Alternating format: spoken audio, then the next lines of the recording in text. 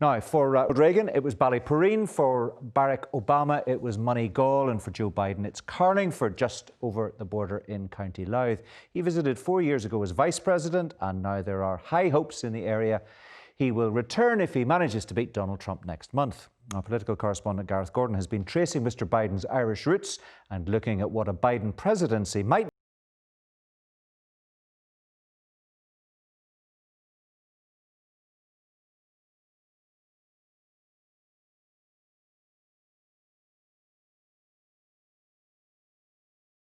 has never been to Northern Ireland, but he's done the next best thing. He's come here to Carlingford, just a few miles across the border. And now the people of Carlingford have laid claim to the man that they hope will be the next president, because he's one of their own. Joe Biden came to see his Carlingford roots 4 years ago, the visit captured in this campaign video. It's with great pride in my heritage, but even greater pride in my country that I made this trip. Having dropped off the Vice President, the Secret Service cars went on down to Turn at the end of the road, and as he was coming towards the pub, this Secret Service guy said to me, "Where the hell are we?" And the Vice President happened to overhear him and said, "Man, you're in heaven." The Vice President had a pint in this pub owned by his Carlingford ancestors. Carlingford is hoping for another round, with good reason.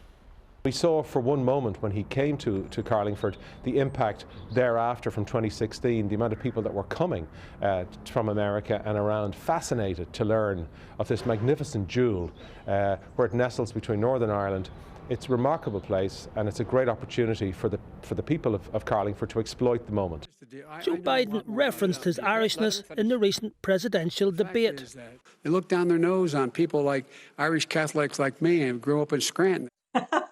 He's about as Irish American as you can get. He's about 5/8 Irish. Genealogist Megan Smolenyak is a friend of Mr Biden. Well, do you know why I know him? Is because he's so down to earth. What happened is I wrote a piece about his roots, and he just called me out of the blue one day when he was vice president. And then he started to invite me each St. Patrick's Day. He has an event. And so I've gone to perhaps 6 or 7 of those events. And there's a lot of big name politicians, but there's also average Joes like myself and his veterinarian, for example. And I think that right there gives you a little taste for Joe. He treats everybody the same. It doesn't matter what your station is in life. He really is the caring person that you see when you watch television. Caroline Feeney is a former intern for Hillary Clinton. Shortly before the last presidential election, she organised a star-studded dinner in Belfast. The then Democratic candidate delivered a special pre-recorded video address. Caroline Feeney believes a President Biden would maintain the interest in Northern Ireland. I'm hearing from his close advisors on the campaign trail that he has said that he wants to visit Ireland within the early stages of his presidency, and that would be both north and south. So while he may have strong links to Mayo and Carlingford, particularly with his family ties there, he is aware of how strong a message it would be to come to Northern Ireland also. And is that important? It's important. It's always been important, dating right back to the 90s when the Clintons visited in 1995 for the first time. Joe Biden recently entered the Brexit fray, warning that any undermining of the Good Friday Agreement would jeopardise a future trade deal between the UK and the US. A lot of folks who aren't that familiar with American politics immediately jump to the assumption that this is about the Irish-American vote in the United States, and maybe in a fractional way that it is, but not significantly so. This is much more fundamentally about an American perspective on the Good Friday Agreement. And American political leaders generally, both Republican and Democrat, feel a weight of responsibility there because it's a key foreign affairs achievement for America over the last few decades. So Biden absolutely would have been involved in that.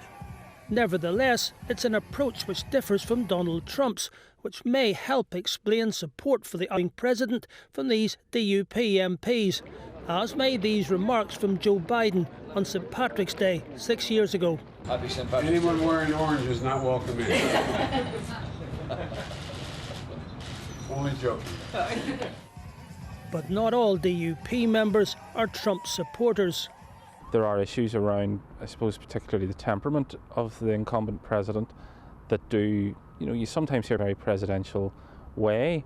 Having said that, I don't think that Joe Biden is without his faults either. But for this unionist, the questionable joke about Orange not being welcome is not among them.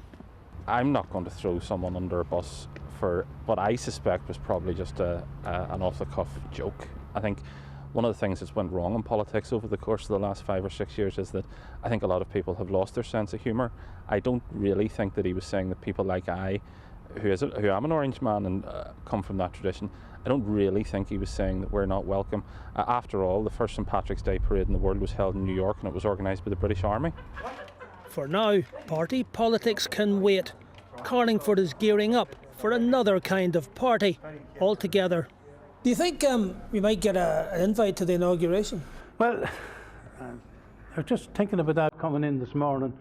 It just mightn't suit me because I was kind of busy coming up to that time. But I'll try and make...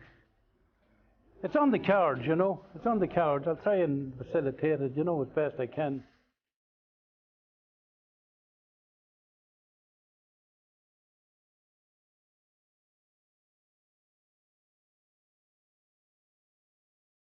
We'll see what happens. Gareth Gordon reporting there. Now, Boris Johnson